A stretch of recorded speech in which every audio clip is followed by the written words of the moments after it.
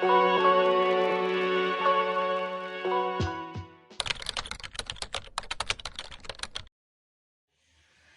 ver, yo creo que es muy difícil hablar de América Latina de manera global.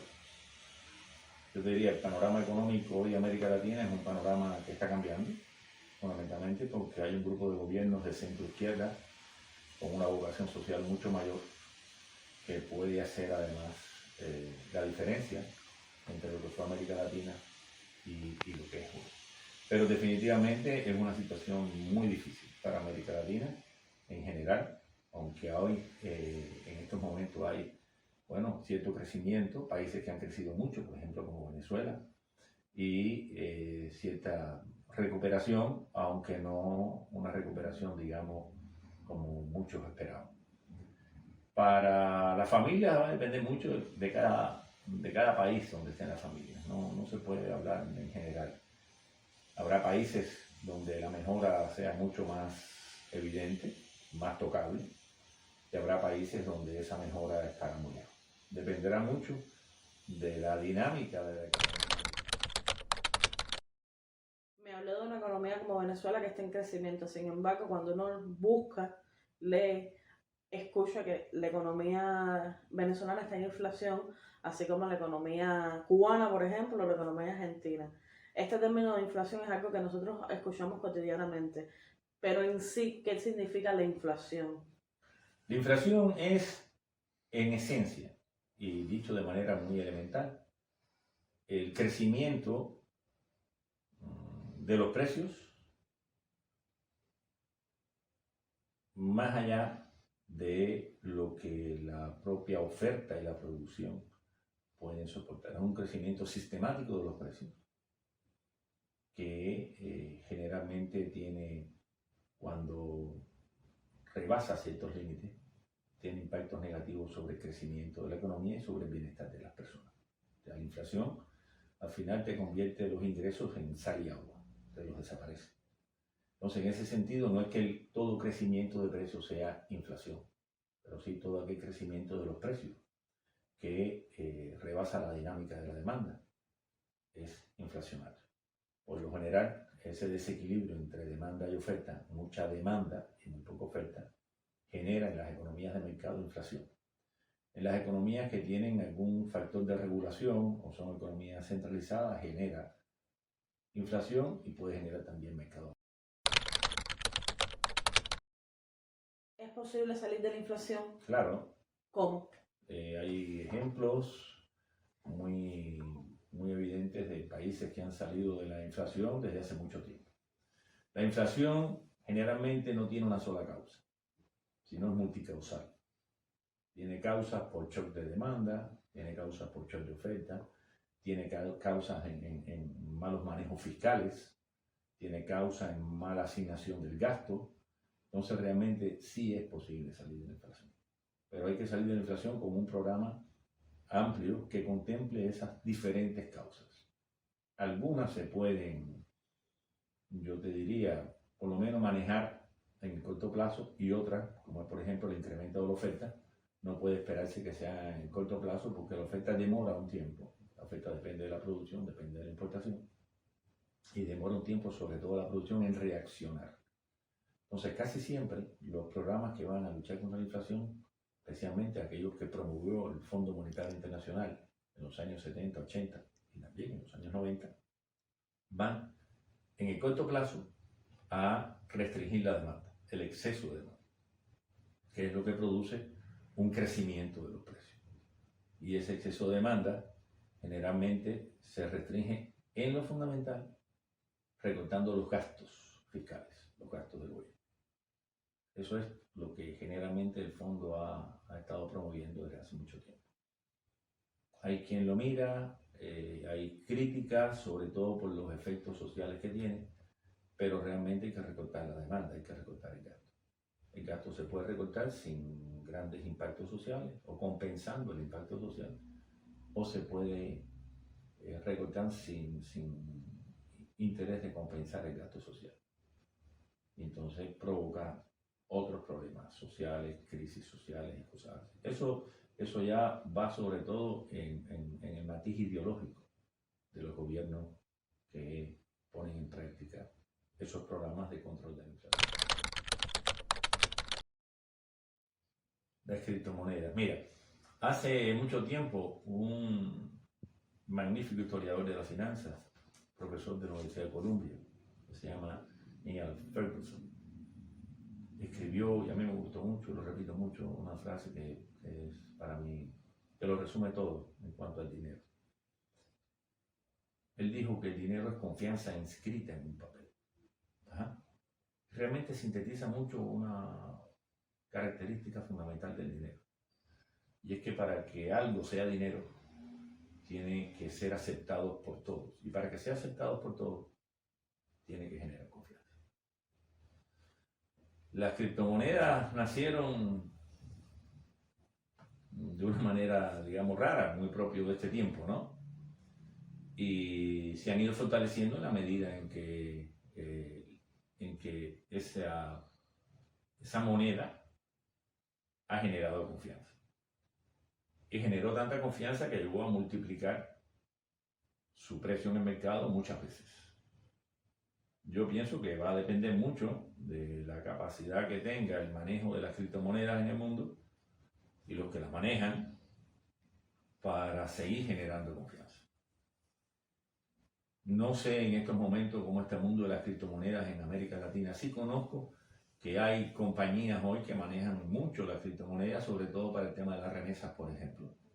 En África se ha usado muchísimo también. Y tendrá un espacio, habrá un mercado de criptomonedas en algún momento. Tiene ventajas. Uno sale del monopolio de los bancos, nadie puede manejar las criptomonedas. Ya se maneja, yo no diría colectivamente, pero bueno, se maneja de diferentes locaciones. Y eso es una ventaja con relación a los bancos. ¿Hasta dónde pueden llegar en América Latina y en el mundo? Hasta donde generen suficiente confianza. El dinero también fue así. Al inicio no era dinero, no era oro, no era plata. Era la sal, eran los cueros. Lo que pasa es que es muy incómodo andar con un saco de sal por ahí para comprarte una lechuga. Entonces, lógicamente, para que sea dinero, tiene que cumplir otras cosas. Y entre ellas que tiene que ser algo que tenga mucho valor en muy poco volumen. Tú puedes andar con una bolsa por ahí, ¿no? Hemos llegado a las tarjetas plásticas, al dinero plástico, mira que fabuloso. Ajá. Y ahora dimos un pasito más, la criptomoneda. La criptomoneda pone, yo te diría, amplifica tremendamente esa condición esencial de todo dinero, y es que genere confianza. La gente tiene confianza en la criptomoneda, nunca la ha visto, no la toca, no tiene cómo tocarla, sin embargo la gente pone su dinero en criptomoneda.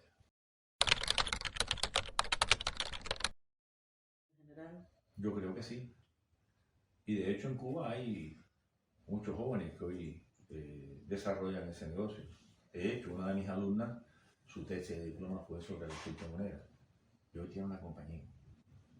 Pequeñita, pero tiene una compañía de criptomonedas. Entonces sí, yo creo que sí, que es un espacio que da flexibilidad.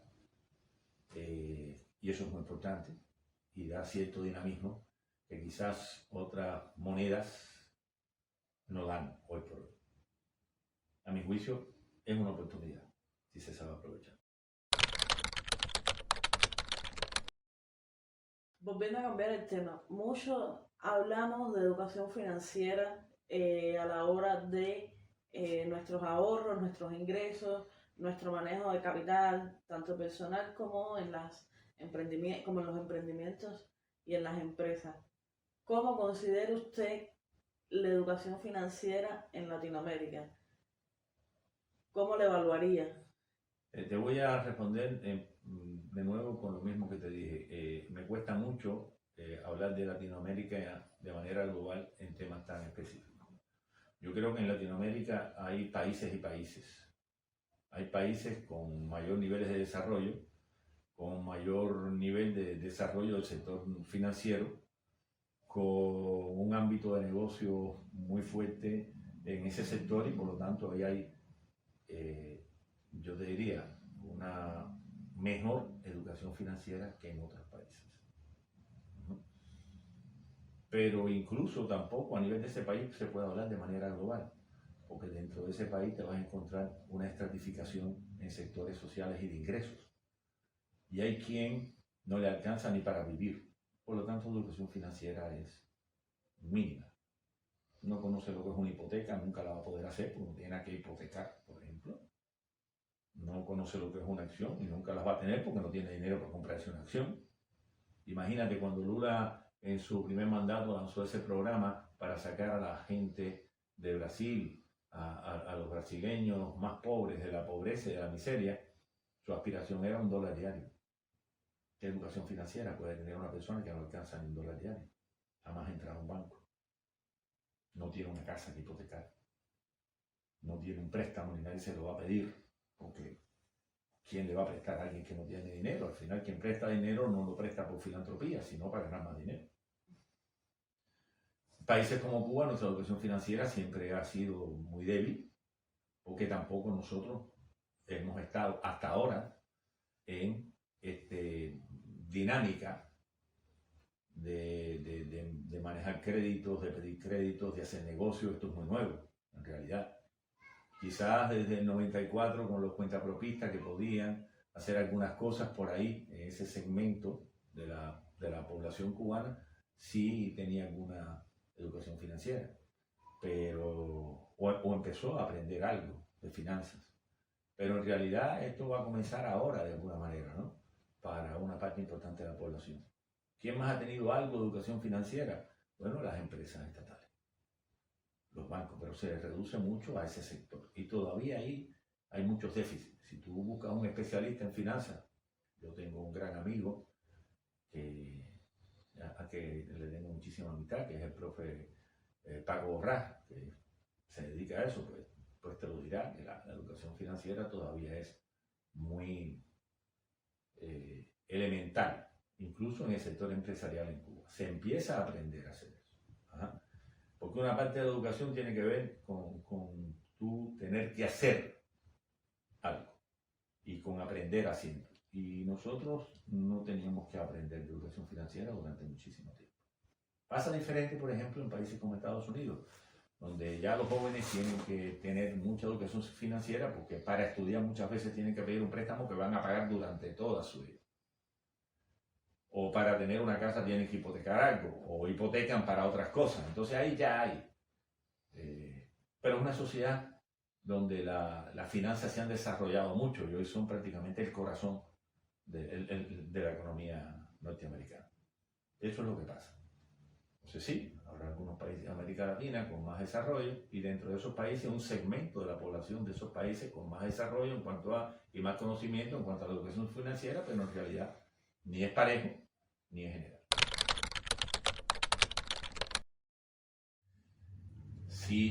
Si tú revisas los estudios que hay sobre emprendimiento, sobre pequeñas y medianas empresas, yo te diría que las variables que son más decisivas están asociadas a la propia estructura económica de las economías latinoamericanas.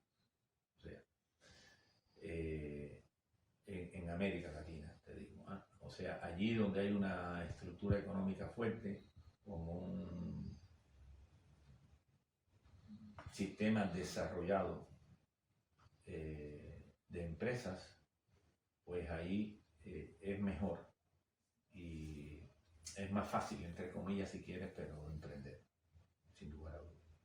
A eso tendrías que sumarle otras cosas, ¿no? Tendrías que sumarle incentivos, una política pública que incentive y le abre espacios al emprendimiento. Habría que sumarle el tema crediticio y la fortaleza de instituciones de microfinanzas que ayuden al emprendimiento. Habría además de eso que sumarle, como otra condición más básica, la posibilidad de acceder a conocimiento, a cursos, a entrenamientos sobre temas específicos, tanto sectoriales por el sector donde están, como temas generales como puede ser la finanza, como puede ser el manejo crediticio, como puede ser la contabilidad. Hay que entender que en América Latina lo que tipifica a la pequeña y mediana empresa es que son empresas creada fundamentalmente para sobrevivir. Si tú comparas lo que pasa en América Latina con la pequeña y mediana empresa y lo comparas con Europa y con Asia, es totalmente diferente. Por ejemplo, en América Latina la participación de la pequeña y mediana empresa en el empleo es muy alta, pero la participación de la pequeña y mediana empresa en el Producto Interno Bruto es relativamente baja y su participación en las exportaciones es todavía más baja. Y su participación en exportaciones de alta tecnología es aún más baja. Y su participación en la innovación es todavía más baja. Y eso tiene que ver con las características de surgimiento de esas empresas como empresas familiares, que lo que tratan es de sobrevivir, pero tiene que ver también con la estructura económica y la fortaleza del sistema productivo y empresarial de América Latina. Si te vas a Europa es totalmente diferente. Países como Italia, las pequeñas y medianas empresas tienen una participación altísima en la exportación. Pasa igual en Alemania. Si te vas a Asia es totalmente diferente también. Entonces tampoco es bueno hablar en general de la pequeña y mediana empresa. Lo que sí está claro es que hace falta un buen ambiente de negocio, que hacen falta políticas públicas que incentiven tanto el nacimiento como la consolidación e incluso como la desaparición de las pequeñas y medianas empresas, que sea fácil, que sea algo que pueda pasar así de rápido, ¿no? O sea, que no sea una muerte prolongada en el tiempo. A ver, ahí habría muchas políticas, pero por ejemplo, la política crediticia, el acceso a crédito barato, es, a mi juicio, fundamental para las pequeñas y medianas empresas. Una política que promueva la innovación a escala de las pequeñas y medianas empresas es fundamental y tiene que ser políticas públicas, porque por lo general las pequeñas y medianas empresas no tienen suficiente capital para acometer esas proyectos innovadores, no lo tienen. Yo te diría que además del crédito de la política para la innovación, la posibilidad de acceder al mercado internacional con políticas que favorezcan el acceso al mercado internacional, tanto para la importación como para la exportación, es fundamental. Por ejemplo, una pequeña y mediana empresa que logre un nicho de mercado en el exterior, bueno, que hayan políticas públicas para que inmediatamente accedan a préstamos baratos, casi revolventes, es importante. Que puedan tener una cobertura de seguro a la exportación a muy bajo costo, es importante también. Esas políticas yo creo que promoverían muy bien los emprendimientos, sin lugar a dudas. Y lógicamente hay otras políticas más globales que pueden cambiar también las características de esos emprendimientos. Y tiene que ver fundamentalmente con políticas como educación, como salud, que hacen la diferencia. O sea, hoy en Cuba muchos de los emprendedores ya son graduados universitarios. Si te vas a América Latina, una parte importante de los emprendedores fundamentalmente son personas que acaso alcanzan sexto grado. Entonces ahí hay una diferencia. O sea, cuando tú tienes una población bien instruida, ya tienes una ventaja sobre otros países. Por eso ya te digo, hay cosas muy específicas y hay otras cosas que son generales, otras políticas son generales que tienen que ver con el país en específico. Pero por ahí yo te diría que anda la cosa. A ver, sin duda hay una fase de recuperación de las economías latinoamericanas. Ya desde el año pasado hay una fase de recuperación. Pero la pandemia va a seguir con nosotros. La pandemia llegó para quedarse. Y quizás no ni siquiera en forma de pandemia, sino en forma de la alerta de lo que puede significar un fenómeno como ese. Entonces, obviamente, hoy la pandemia sigue generando incertidumbres. No la estamos sufriendo como hace un año, como hace 2 años, pero sigue generando incertidumbre. Y en aquellos países que tienen una responsabilidad importante y miran por sus pueblos, pues lógicamente las obligará a mantener reservas y a tener programas, generalmente programas de amplio espectro, de amplia cobertura, que puedan evitar brotes pandémicos tan terribles como los que pasaron. En el caso de Cuba, tenemos la suerte de tener varias vacunas. No es tanta la suerte, sino tuvimos la posibilidad de la previsión un día de Fidel Castro de generar un polo biotecnológico, y gracias a ese polo biotecnológico hoy tenemos vacunas nacionales. Eso ya nos da una ventaja. Y además hay programas de salud, ahora están volviendo de nuevo a reactivar y a poner otra dosis para mantener a la población sana. Bueno, eso cuesta. Eso es un gran costo. A nosotros nos las ponen gratis, pero producir cada una de esas vacunas cuesta. Pues los países que no tienen esa capacidad de producción, que no tienen esa ventaja, la tendrán que comprar. Y eso es un gasto financiero. Y habrá que poner entonces en una balanza el costo de oportunidad de mantener a la población vacunada contra la COVID o de no mantener a la población vacunada contra la COVID. Ya sabemos lo que pasa. Creo que el ejemplo mejor es Brasil, de un gobierno irresponsable como el de Bolsonaro, que le dio la espalda a el peligro tremendo que era la pandemia y pagó costos sociales muy grandes, que al final se van a revertir en costos de salud. Todos, absolutamente todos, porque América Latina depende de su sector externo, igual que depende Cuba. Entonces, quizás algunos puedan sacar ventajas, ya te digo, aquellos que producen alimentos, estoy pensando en Argentina, Uruguay, Brasil, grandes productores de cereales, de granos, de alimentos, México, quizás puedan sacar alguna ventaja, pero va a ser una ventaja muy relativa. Porque una desaceleración de la economía mundial también significa una desaceleración de la demanda. Claro, lo primero que se desacelera en la demanda son aquellos bienes que no son imprescindibles. Y comer hace falta. O sea, en lo último que la gente va a dejar de gastar es en comida. En el caso de América Latina, yo creo que el emprendimiento lo que más aporta es resiliencia. Es lo que más aporta. O sea, esa capacidad, esa tremenda flexibilidad de acomodarse a situaciones difíciles a bajo costo.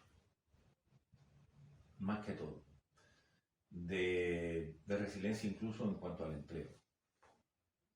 O sea, los costos globales del desempleo en el sector del emprendimiento tienen menos impacto que cuando tú tienes que cerrar una gran empresa de 2.000, 3.000, 5.000 trabajadores. Entonces la resiliencia es muy importante y el emprendimiento es resiliente. Lo demostró en Cuba, lo ha demostrado en América Latina. ¿En qué más? Bueno, en transformarse con muy poco capital. Puede sobrevivir y puede transformarse, puede adecuarse, puede adaptarse. Pero siempre habría que verlo dentro de una economía en su conjunto. O sea, el emprendimiento no es nada sin una gran empresa. No lo es.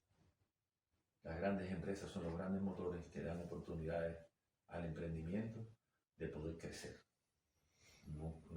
De eso no cabe duda.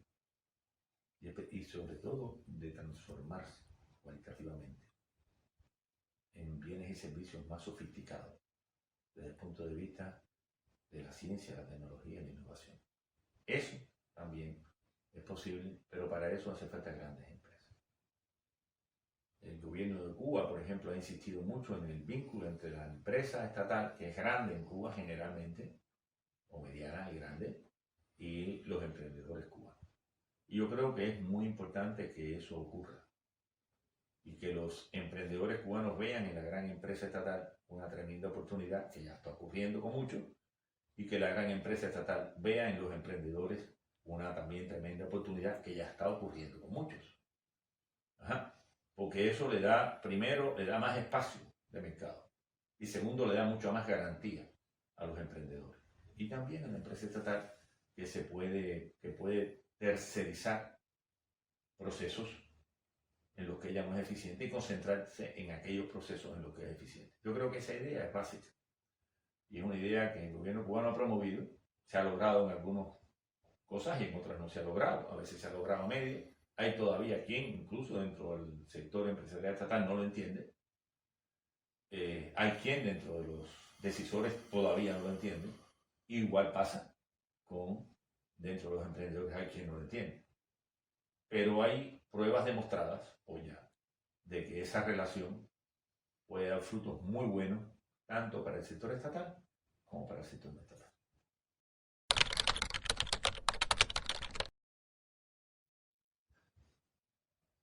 Para mí es más difícil de decir. O sea, yo no soy especialista en Latinoamérica en general, hablo de desarrollo fundamentalmente, cuando hablo de América Latina. Pero el contexto va a ser un contexto muy parecido en términos económicos a lo que está ocurriendo en otros lugares del mundo. O sea, hay mucha incertidumbre en el mundo, muchísima incertidumbre, especialmente por la evolución de la guerra en Ucrania, que no es la única guerra, aunque es la más abierta. Pero tenemos también grandes conflictos en el Oriente Medio. Tenemos también conflictos en ciernes en Asia, sobre todo por la política norteamericana con relación a China. Hay grandes tensiones y eso puede que no sea bueno para la evolución de la economía mundial. Hay presiones sobre los precios, hay guerras económicas, sin lugar a dudas, un incremento de los precios de las materias primas, por ejemplo, que es muy probable que ocurra nuevamente, puede poner en crisis a muchísimas empresas. Puede incluso impactar negativamente en el turismo. La aceleración de los precios de los combustibles puede ser muy malo para el turismo, porque una parte del turismo es en avión. Y entonces eso cuenta. El incremento de los precios de los alimentos puede ser también muy malo, aunque algunos países de América Latina se puedan aprovechar de ello. Yo creo que lo más terrible de todo es la incertidumbre. Y lamentablemente este es un mundo en que la incertidumbre ha crecido. Ha crecido por la pandemia, ha crecido por los conflictos políticos y por el impacto de esos conflictos políticos en los resultados económicos y en el comercio mundial. Ahí hay un gran problema, igual con los flujos de inversión.